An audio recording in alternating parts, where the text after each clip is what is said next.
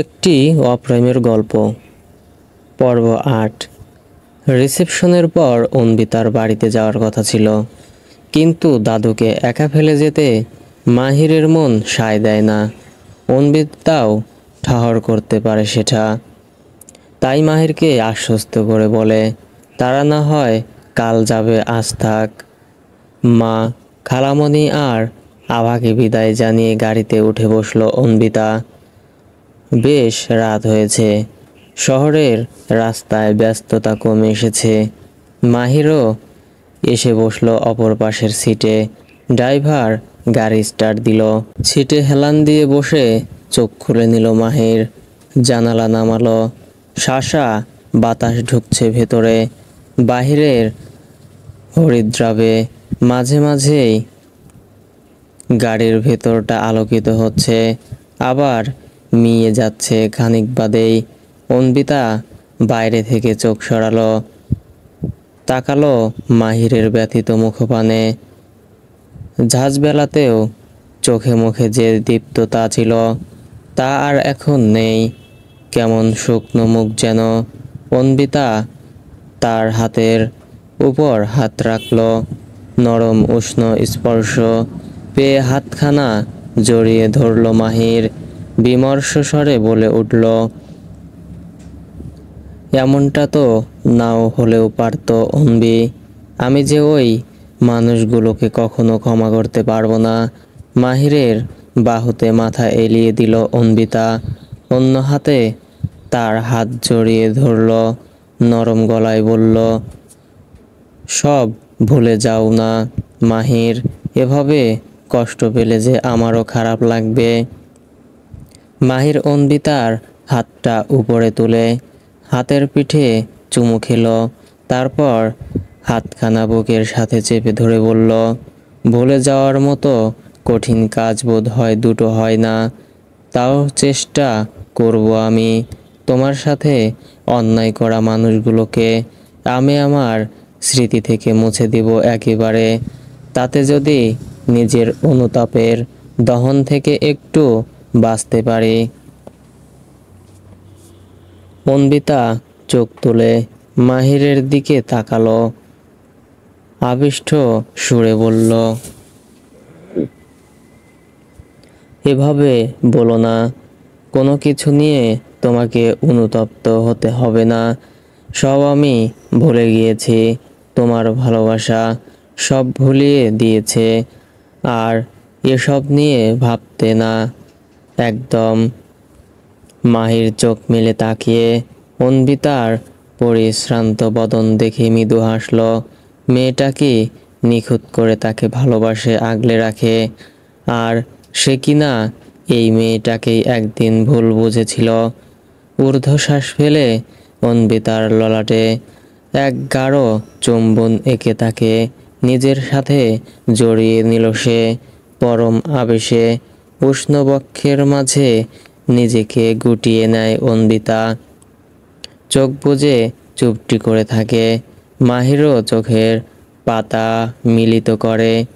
প্রিয়সীকে বুকে পেয়ে চিত্তের অস্থিরতা প্রশমিত হচ্ছে তার। ধীরে ধীরে কেটে যাচ্ছে সব বিষণ্ণতা। এভাবেই যদি এক যুগ পার করা যেত তবে মন্দ হতো না। দাদুকে একবার দেখে রুমে আসে মাহির। অন্বিতা এতক্ষণে ফ্রেশ হয়ে নিয়েছে। বিছানা ঝাড়তে ঝাড়তে বলে, দাদু শুয়েছেন।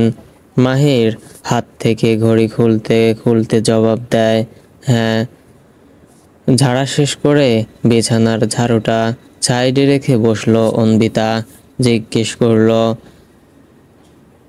তাইভিদ কি দাদুর রুমেই শুয়েছেন? হ্যাঁ, আমি বলেছি আজ ওই রুমে শোবার জন্য। দাদুকে দেখে দুশ্চিন্তা হচ্ছে, ভীষণ ভেঙে পড়েছেন।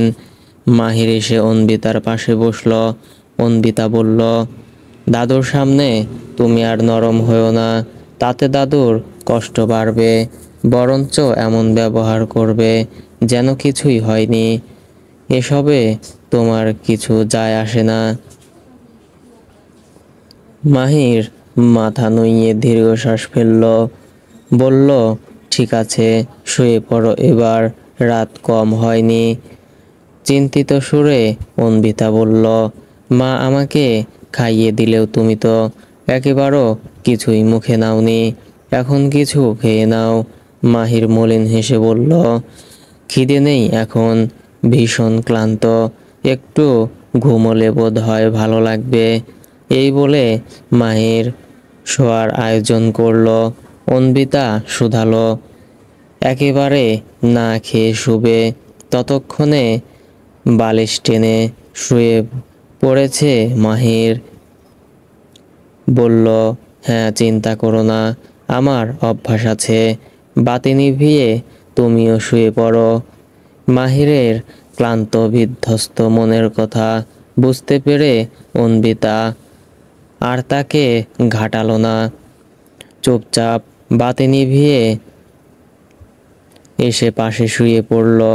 অনেক ক্লান্ত বিধায় শোয়ার সাথে সাথেই চোখ লেগে গিয়েছিল তার। তবে কাঁচা ঘুমটা ছুটে গেল মাহিরের আচমকা টানে।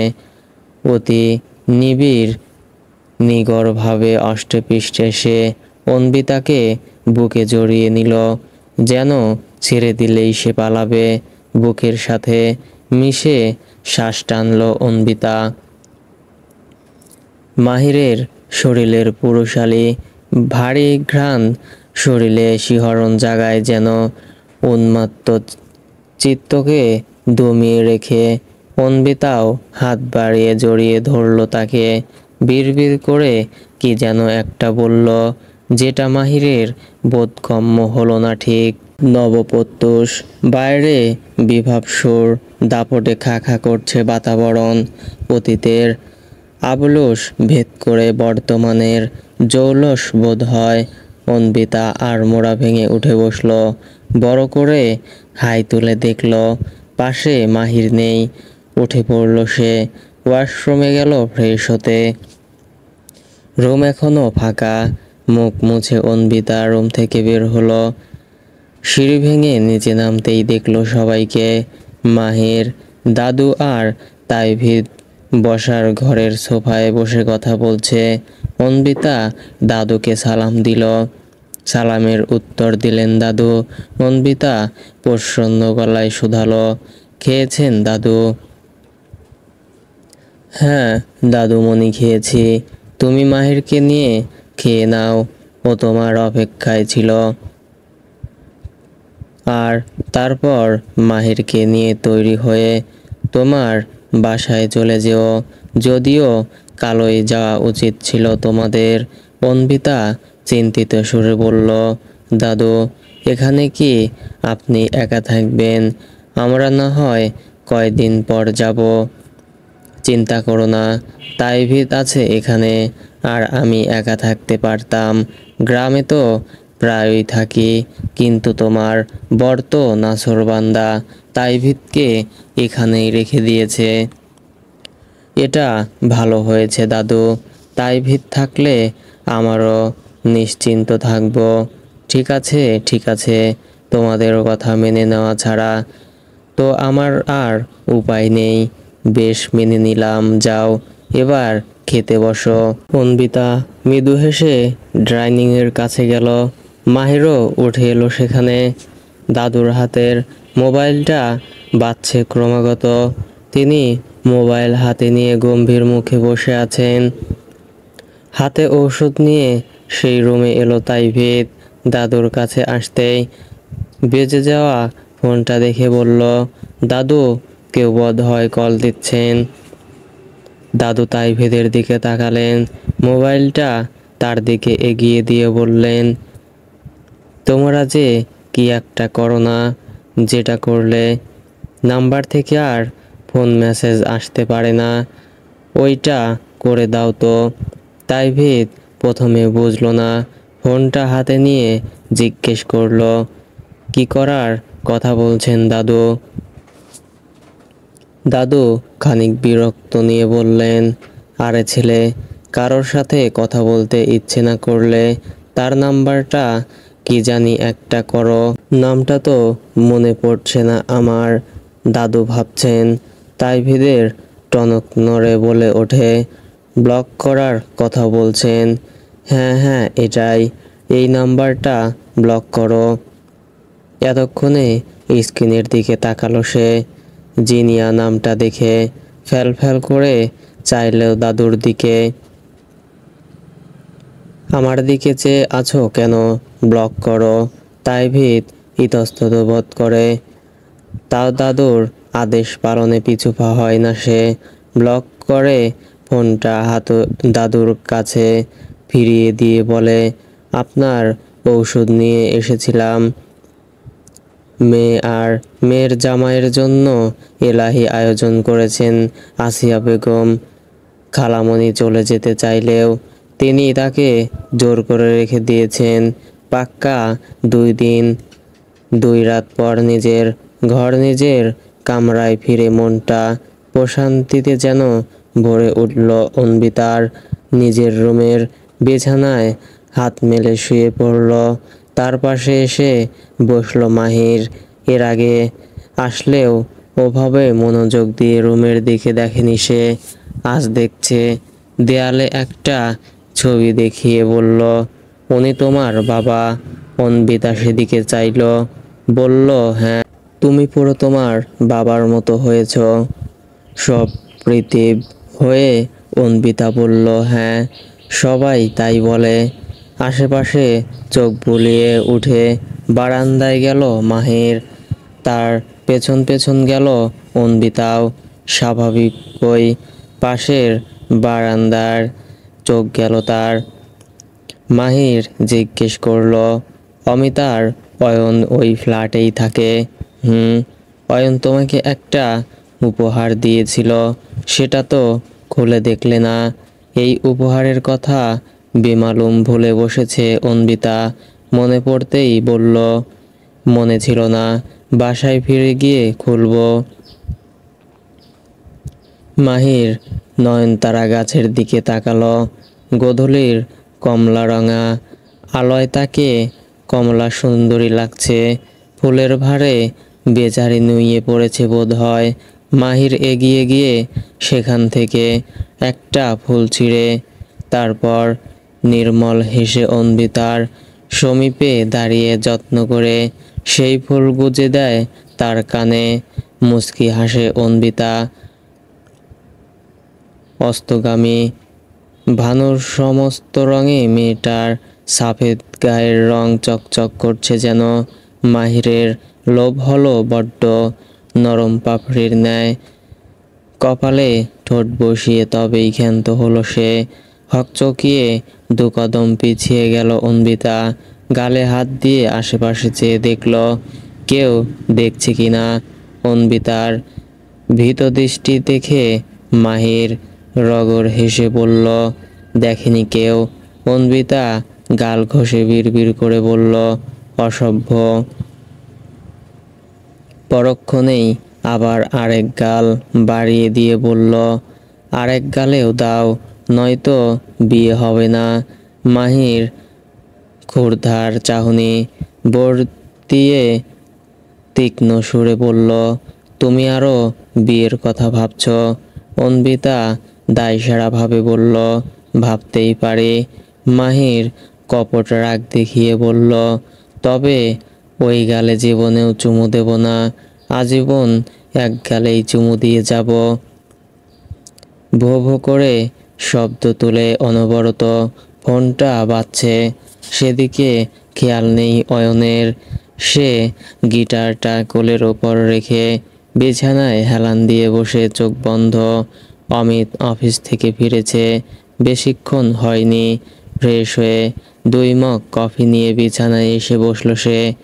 অয়নের দিকে চেয়ে বলল, আসার পর থেকেই দেখছি গিটার নিয়ে বসে আছিস কেবল, সুর তুলছিস না কেন? অয়ন ক্ষীণ স্বরে বলল, ইচ্ছে করছে না। তবে গিটার নিয়ে বসে আছিস কেন? উত্তর দিল না অয়ন। অমিত তার দিকে কফির মগ এগিয়ে দিয়ে বলল, নে কফি খা।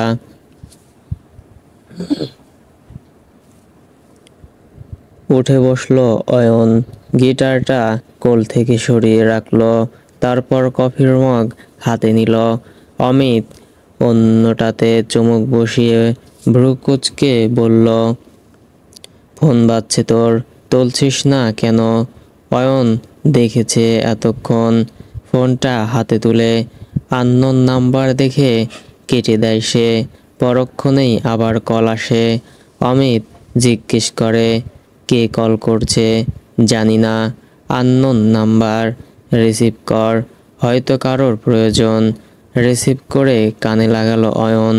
ওপাশ থেকে শোনা গেল কারোর অস্থির গলার স্বর, আচ্ছা মানুষ তো আপনি, সেই কখন থেকে কল করছি অথচ রিসিভ করার নামই নেই, এত ব্যস্ততা আপনার? অয়ন কপাল কুঁচকে একবার মোবাইলটা চোখের সামনে ধরে নাম্বারটা দেখল, না, নাম্বারটা চেনে না সে।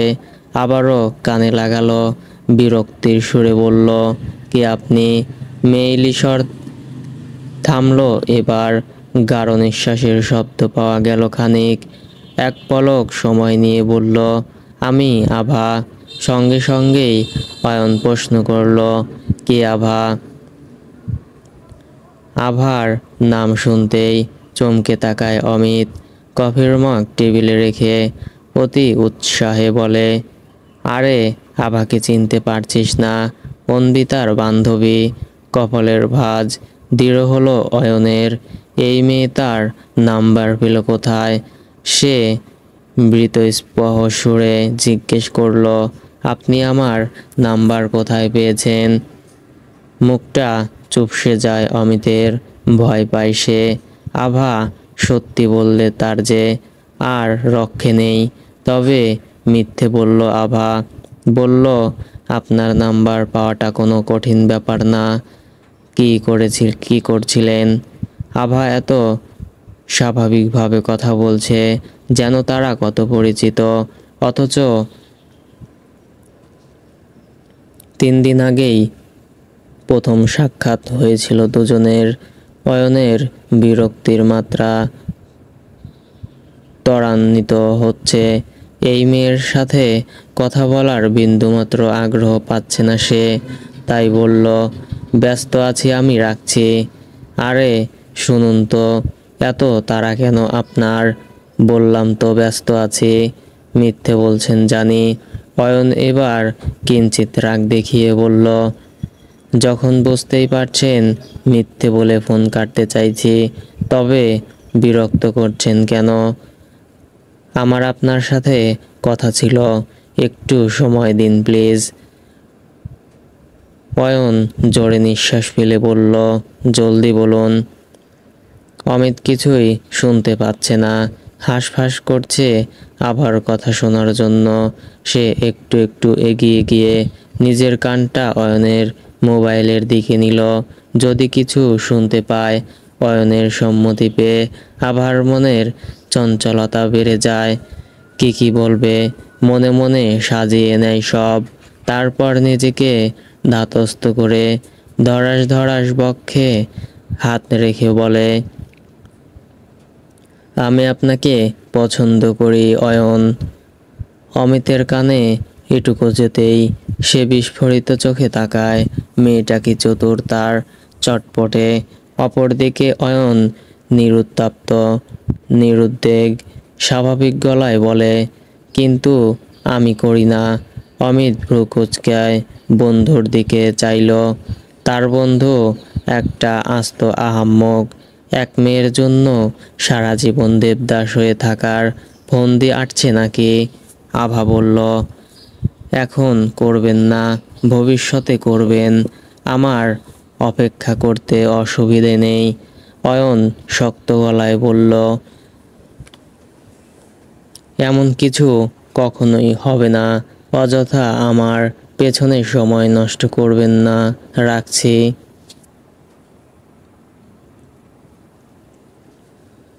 কল কেটে দেয় অয়ন, ঘাড় ঘুরিয়ে ক্ষুরধার চোখে অমিতকে দেখে, তীক্ষ্ণ স্বরে জিজ্ঞেস করে, এই মেয়েকে আমার নাম্বার তুই দিয়েছিস?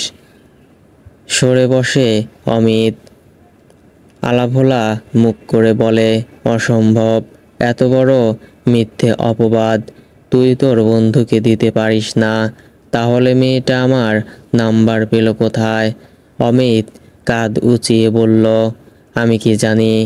অয়নের বিশ্বাস হলো না মোটেও। সে শানিত চোখে চেয়ে রইল কতক্ষণ। অমিত অন্যদিকে মুখ ঘুরিয়ে বলল, ওভাবে তাকাবি না, আমার লজ্জা লাগে। অয়ন ক্ষুব্ধ হয়ে কিছু বলতে গিয়েও বলল না। উঠে বারান্দায় চলে গেল। অন্বিতার রুমে আলো দেখে অবাক হলো সে। তবে কি অন্বিতা এসেছে?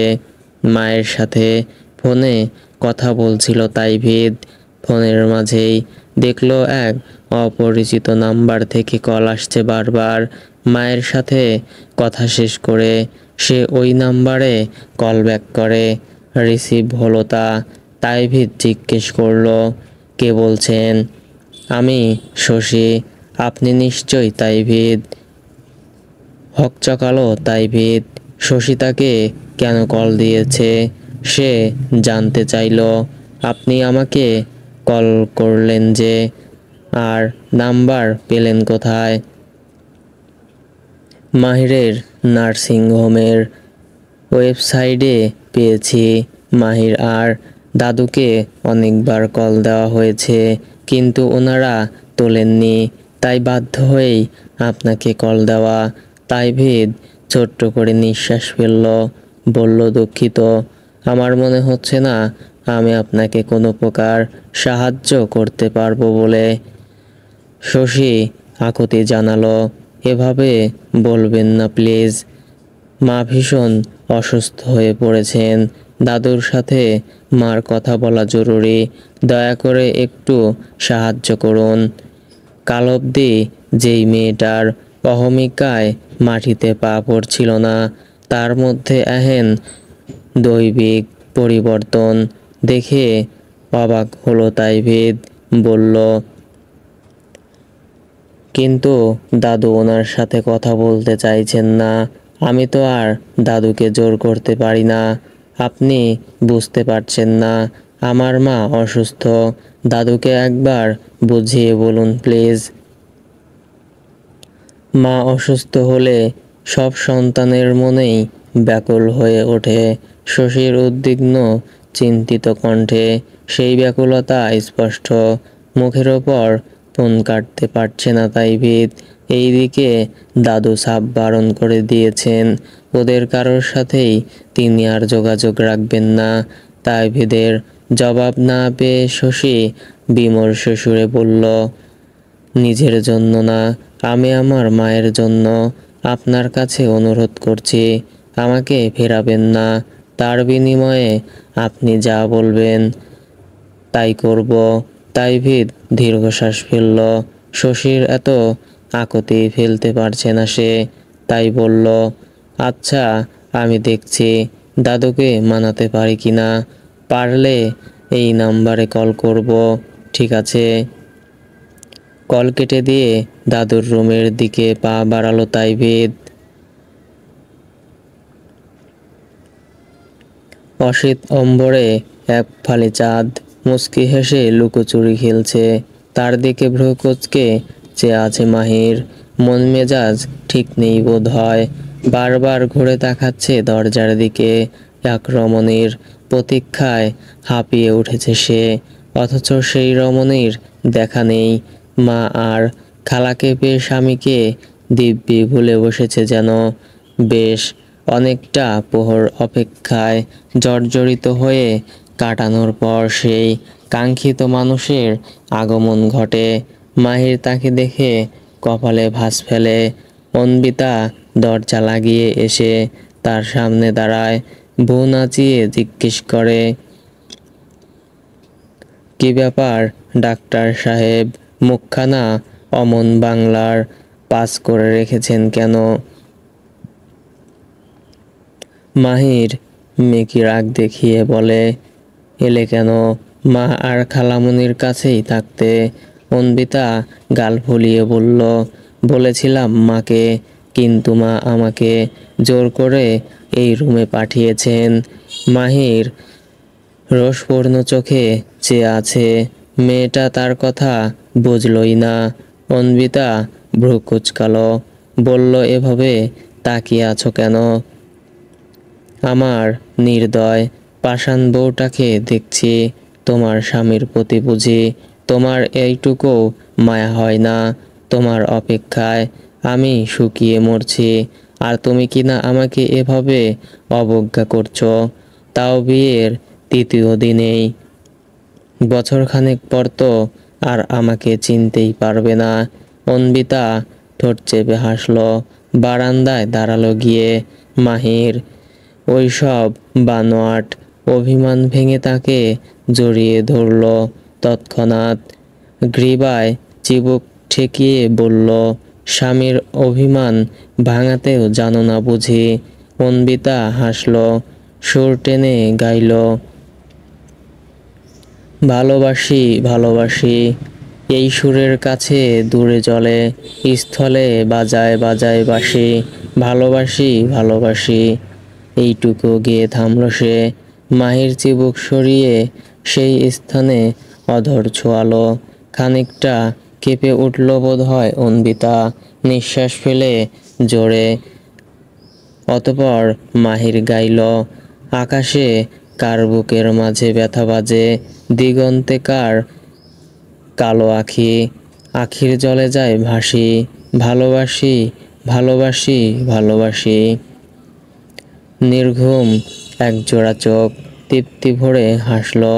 তার না হোক, অন্য কারোর সুরে তার প্রিয় সুখী আছে, এটুকুতেই বড্ড খুশি সে। ঘড়িতে 8টা কি 9টা বাজে। বাইরে মাতণ্ড মশাই বেজায় ক্ষিপ্ত, আর সেই একই রকম ক্ষিপ্ততা মাহিরের কান্তিমান মুখেও বিরাজমান। বক্ষে পিয়সী জড়িয়ে দারুণ এক স্বপ্ন দেখছিল বোধ হয়। সেই চিৎকার স্বপ্নে, বা হাত ঢুকায় তার ফোনের রিংটোন, ক্রমাগত বাজছেই সেটা। ঘুমের মাঝেই ইচ্ছে করছে ফোনটা আছাড় মারতে, সেটা সম্ভব নয় বিধায় অগত্যই ফোনটা পাশ থেকে হাতে নিল। টিপ টিপ করে চেয়ে দেখল স্ক্রিনে তাইভিদের নাম। বিরক্তিতে মুখ থেকে চ জাতীয় শব্দ বের হলো। পরক্ষণেই বিরক্তি কেটে গেল দাদুর কথা মনে পড়তেই। দাদুকে তো একা ফেলে এসেছে, কথাটা মনে পড়তেই ফোন রিসিভ করলো সঙ্গে সঙ্গে ওপাশ থেকে। তখন ভেসে এলো তাইভিদের উদ্বিগ্ন গলার স্বর, স্যার, আমরা নার্সিংহোমে এসেছি, আপনার ফুপি স্ট্রোক করেছেন। মাহির আঁতকে ওঠে, সশব্দে বলে ওঠে, কি? আচমকা ঘুম ছোটে অন্বিতার। চোখ কচলে মাহিরের দিকে তাকায়। মাহির ততক্ষণে অন্বিতাকে ছেড়ে উঠে বসেছে। জিজ্ঞেস করে, কখন হলো এসব? ফুপি এখন কোথায়? ওনাকে নার্সিংহোমে আনা হয়েছে, আমরা সবাই আছি এখানে। স্যার, আপনি একবার আসুন, আপনার বোনকে সামলানো যাচ্ছে না। হ্যাঁ, আসছি আমি। আপনি ডাক্তার ফারুককে খবর দিয়েছেন? জি স্যার, উনি ম্যাডামকে দেখছেন। আচ্ছা, আপনি থাকুন সেখানে, আমি এক্ষুনি আসছি। কল কেটে বিছানা ছাড়লো মাহির। অন্বিতা চিন্তিত সুরে জিজ্ঞেস করলো, কি হয়েছে মাহির? তোমাকে এত অস্থির দেখাচ্ছে কেন? মাহির ব্যাগ খুলে কাপড় বের করতে করতে বলে, ফুপি নাকি স্ট্রোক করেছেন অন্বি, আমাকে এক্ষুনি যেতে হবে। আতঙ্ক দেখা গেল অন্বিতার মুখে। উদ্বিগ্ন ছেড়ে পড়া সুরে বলল, কখন হলো এমন? এখন ফুপির কি অবস্থা? কিছু বলতে পারছি না, যেতে হবে আগে। মাহির ফ্রেশ হতে ঢুকলো দ্রুত। অন্বিতার খারাপ লাগছে।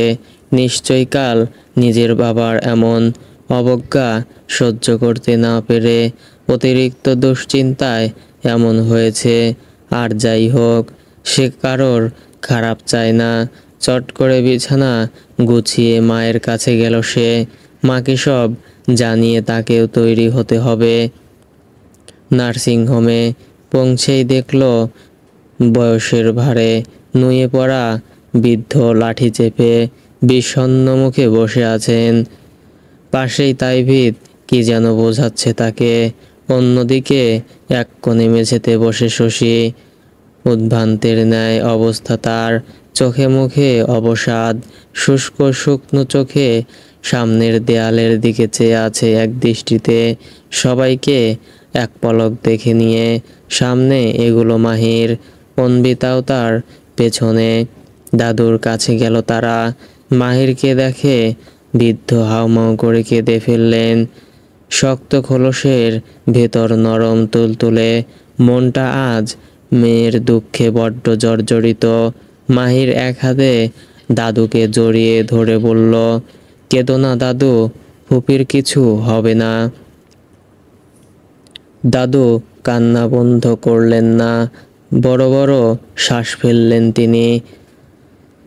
মাহির উৎকণ্ঠিত স্বরে বলল, দাদু শান্ত হও, এমন করলে অসুস্থ হয়ে পড়বে। আমি ফুপুকে দেখছি। তাইভিদকে বসিয়ে মাহির জিনিয়া বেগমকে দেখতে গেল। অন্বিতা সম্মুখ গতিতে এগিয়ে গেল শশীর দিকে। শশীর শিউরে বসল গিয়ে। ক্ষীণ স্বরে বলল, ফুপি ঠিক হয়ে যাবেন, আল্লাহর ওপর ভরসা রাখুন।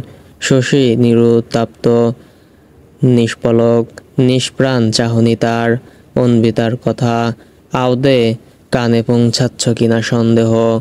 অন্বিতা তার বাহুতে হাত রেখে বলল, দাদুর পাশে গিয়ে বসুন। উঠুন আপু। নড়ল না শশী। এখনো ঠিক আগের মতোই। তাকে অনেক বলেও ওঠাতে না পেরে দীর্ঘশ্বাস ফেলল অন্বিতা। মেয়েটার ভেজা পাপড়ি আর ফোলা নাক চোখই বলে দিচ্ছে মায়ের জন্য ঠিক কতটা কাতর সে। বাবা ছাড়া এতিম মেয়েটার হয়তো মা হারানোর একটু বেশি ভয়। তাই তো সেই ভয় চোখে মুখে কেমন উপচে পড়ছে। শশীকে কিছুক্ষণ পরখ করে উঠে দাঁড়ালো অন্বিতা। জিনিয়া বেগমকে দেখার জন্য সেও পা বাড়ালো। দাদু এখন একটু শান্ত। চোখ বুজে হেলান দিয়ে বসে আছেন তিনি। তাইভিদ উঠে এক গ্লাস পানি নিয়ে শশীর কাছে বসে। পানির গ্লাসটা এগিয়ে দিয়ে বলে, ম্যাডাম ঠিক হয়ে যাবেন। মাহির স্যার ভেতরেই আছেন, চিন্তা করবেন না। নিন, পানিটুকু খান। শশী মাথা ঘুরিয়ে তাইভিদ দিকে চাইল। তার বিধ্বস্ত চেহারা দেখে বড্ড মায়া হলো তাইভিদের। শশী কম্পিত সুরে বলল, আমার মা বেঁচে যাবে তো? কি যন্ত্রণাদায়ক এক প্রশ্ন। কান্নারা সব দলা পাকিয়ে শশীর গলায় আটকে আছে। সে ফ্যাল ফ্যাল করে চেয়ে আছে তাইভিদের দিকে। তাইভিদ কথা হারায়। শশীকে কি বলে ভরসা দেবে বুঝতে পারছে না।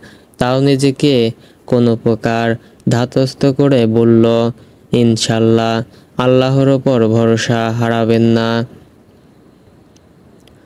ছোট্ট নিঃশ্বাস ছেড়ে পেছনের দেয়ালে মাথা ঠেকালো শশী। অস্ফুট স্বরে বলল, আমার মা ছাড়া আপন কেউ নেই। মার কিছু হলে আমিও নিঃস্ব হয়ে যাব। তখন আর আমার বেঁচে থাকার কোনো কারণ থাকবে না। এভাবে বলবেন না। ম্যাডামের কিছু হবে না, ভরসা রাখুন। শশী আবারও তাকালো তাইভিদের দিকে। তার নাকটা টকটকে লাল, ঠোঁটগুলো কাঁপছে, চোখ টলমলে পানি। কান্না দমিয়ে বলল, আজ আমার জন্যই সব হয়েছে। আমার সুখের কথা ভাবতে গিয়েই সব করেছে মা। আমার বুদ্ধিতেই হয়েছে সব। কি জঘন্য আমি। ছি, নিজের ওপর ঘৃণা হচ্ছে আমার। গাল বেয়ে সহসাই উষ্ণ জল গড়ালো। তাইভিদের বেহায়া মনে বড্ড স্বাদ জাগল। জলটুকু যত্ন করে মুছিয়ে দিতে, কিন্তু পারল না। কেবল আশ্বস্ত করে বলল, নিজের ভুল বুঝতে পেরেছেন, সেটাই অনেক। আর আপনার জন্য কিছু হয়নি, আল্লাহ চেয়েছেন বলেই হয়েছে। তাই এমন করে আর ভাববেন না।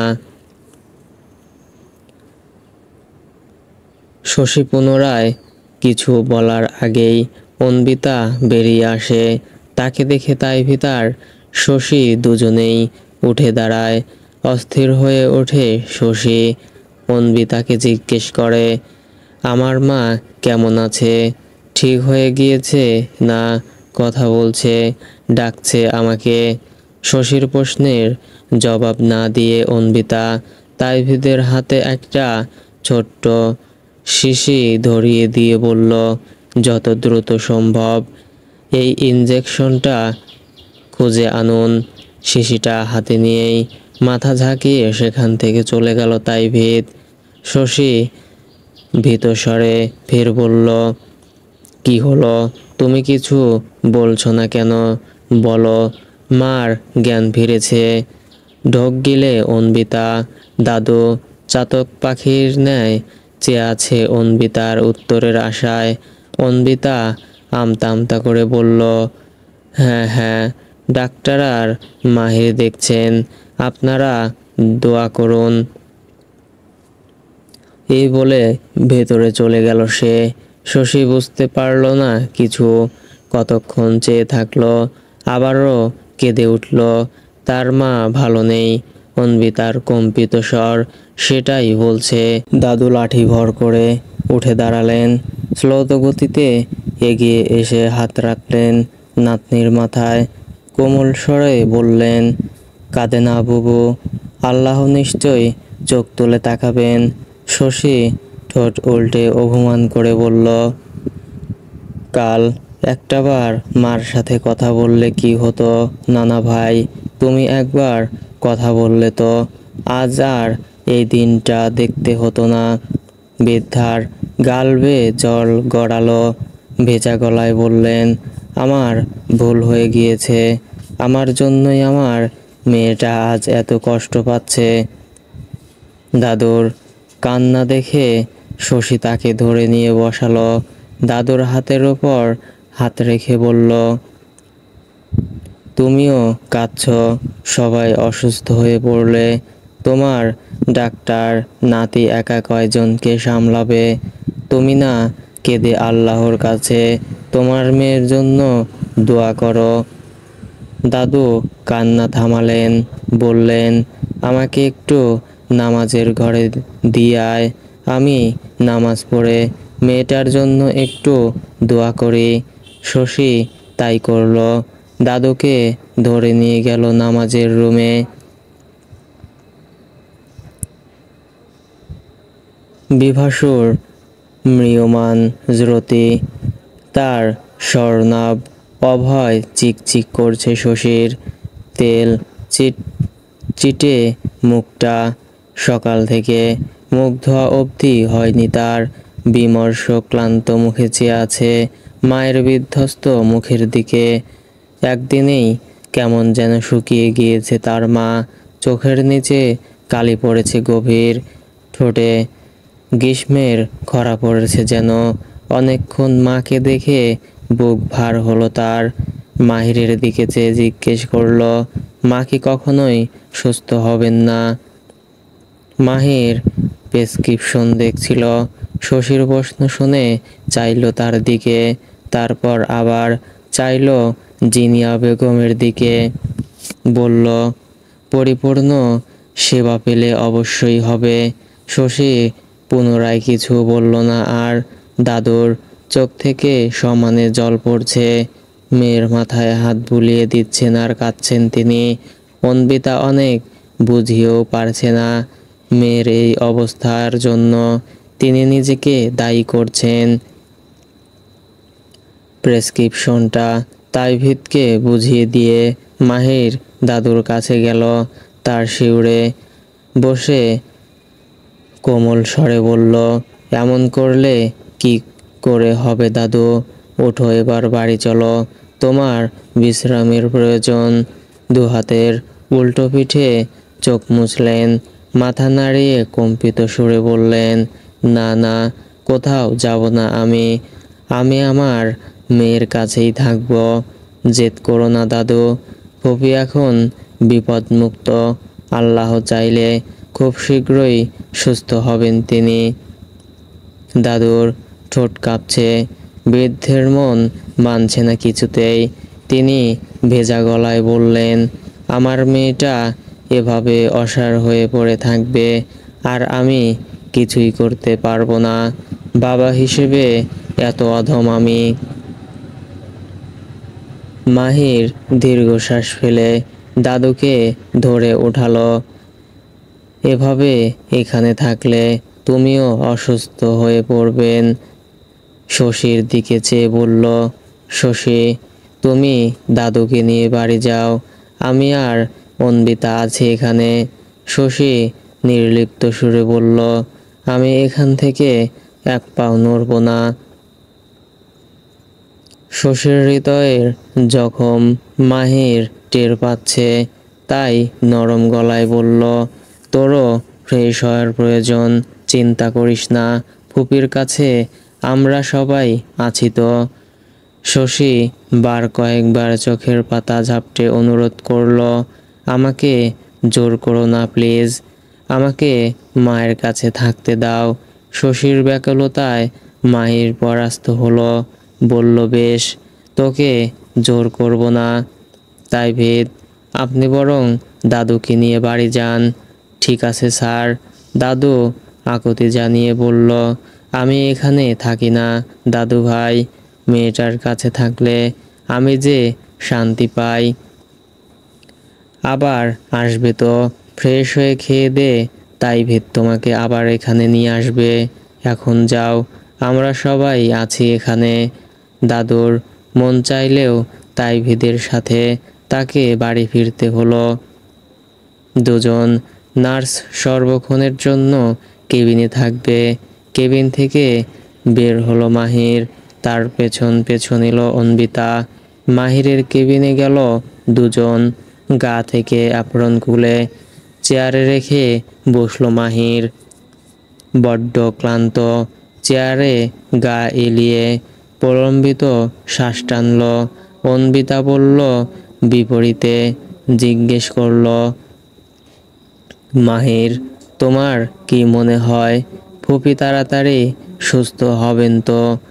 ক্ষীণ সুরে মাহির বলল, এখনই ঠিক বলতে পারছি না অন্বি, স্ট্রোকের ফলে মাথায় রক্তক্ষরণ হয়েছে বেশ, কোনো রকমে বাঁচাতে পারলেও স্নায়ুগুলো দুর্বল হয়ে পড়েছে একেবারে, সেই জন্য শরীরের অঙ্গ প্রত্যঙ্গগুলো কাজ করছে না। এই অবস্থা থেকে পরিত্রাণ পাওয়া সহজ নয়, তবে লেগে থাকতে হবে। সঠিক চিকিৎসা আর সেবা পেলে তা অবশ্যই সম্ভব। এই নার্সিং হোমে আর কয়দিন রাখবে? এখান থেকে কারোই রিলিজ দেওয়া যাবে, তবে বাড়িতে গেলে শশী একা কুলিয়ে উঠতে পারবে কিনা সেটাই ভাবছে। অন্বিতা এক পলক ভেবে বলল, একটা কাজ করলে কেমন হয়? প্রথম কিছুদিন না হয় ফুপি আর শশী আমাদের বাড়িতেই থাকুক, তারপর ফুপি অবস্থা দেখে পরবর্তী সিদ্ধান্ত নেওয়া যাবে।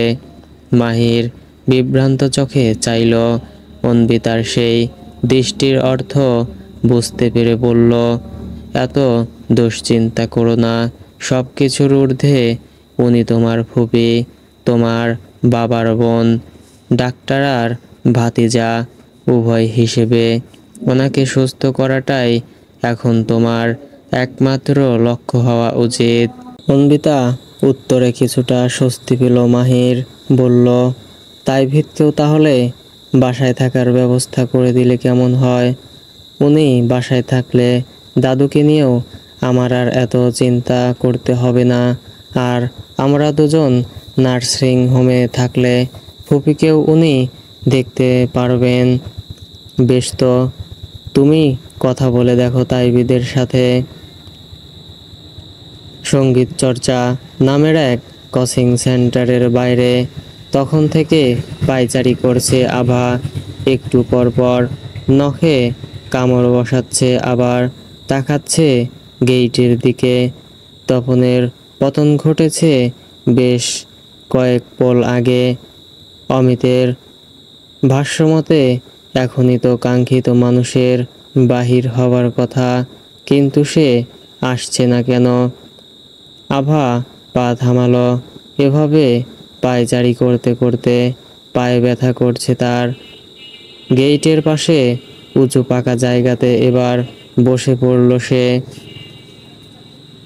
বিরক্তিতে মুখ ক্রমশ লাল হচ্ছে।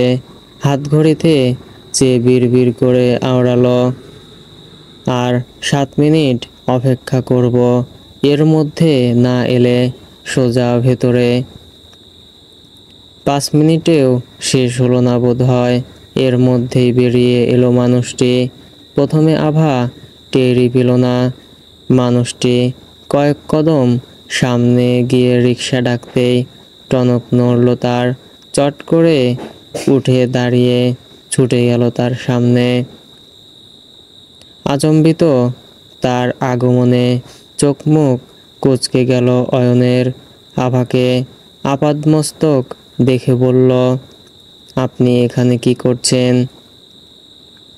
আভা দাঁত কেলিয়ে হেসে বলল, দেখতে এসেছি। অয়ন ভ্রু কুঁচকাল, জিজ্ঞেস করল কি? আভা মাথা চুলকে বলল, না মানে শিখতে এসেছি। অয়ন ঊর্ধ্বশ্বাস ছেড়ে বলল, কি শিখতে এসেছেন? গান। ভেতরে গিয়ে আলাপ করুন। এই বলে সে রিকশা ডাকার জন্য হাত তুলে। আভা অস্থির গলায় বলে, না না, কোচিংয়ে শিখব না, আপনার কাছে ব্যক্তিগতভাবে শিখব। হাত নামায় অয়ন গুমোট স্বরে বলে, আমি ব্যক্তিগতভাবে গান শিখাই না, শিখতে হলে কোচিংয়ে ভর্তি হন। এমন করবেন না প্লিজ, আমাকে ফিরিয়ে দিবেন না, আমি আপনাকে অনুরোধ জানাচ্ছি। বললাম তো ব্যক্তিগতভাবে আমি কাউকে গান শিখাই না, আপনি অন্য কারোর সাথে যোগাযোগ করুন। কিন্তু অন্বিতা তো আমাকে আপনার কথাই বলেছে, ও বলাতেই আমি আপনার কাছে এসেছি, তা না হলে তো আসতাম না। অয়নের ভ্রু সোজা হলো, জিজ্ঞেস করলো, অন্বিতা বলেছেন আমার কথা?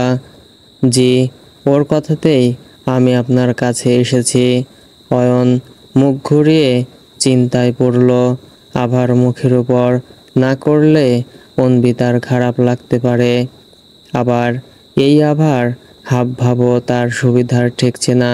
কি যে করবে কিয়ৎক্ষণ ভেবে অয়ন বলল, ঠিক আছে, আপনার বাবাকে আমার সাথে কথা বলতে বলবেন। আভার চঞ্চল মন খুশিতে লাফিয়ে উঠল। তড়িৎ গতিতে মাথা নাড়িয়ে বলল, অবশ্যই বলবো। অয়ন আর অপেক্ষা না করে রিকশা ডেকে উঠে পড়ল তাতে। আভা দাঁড়িয়ে রইল এক জায়গায়।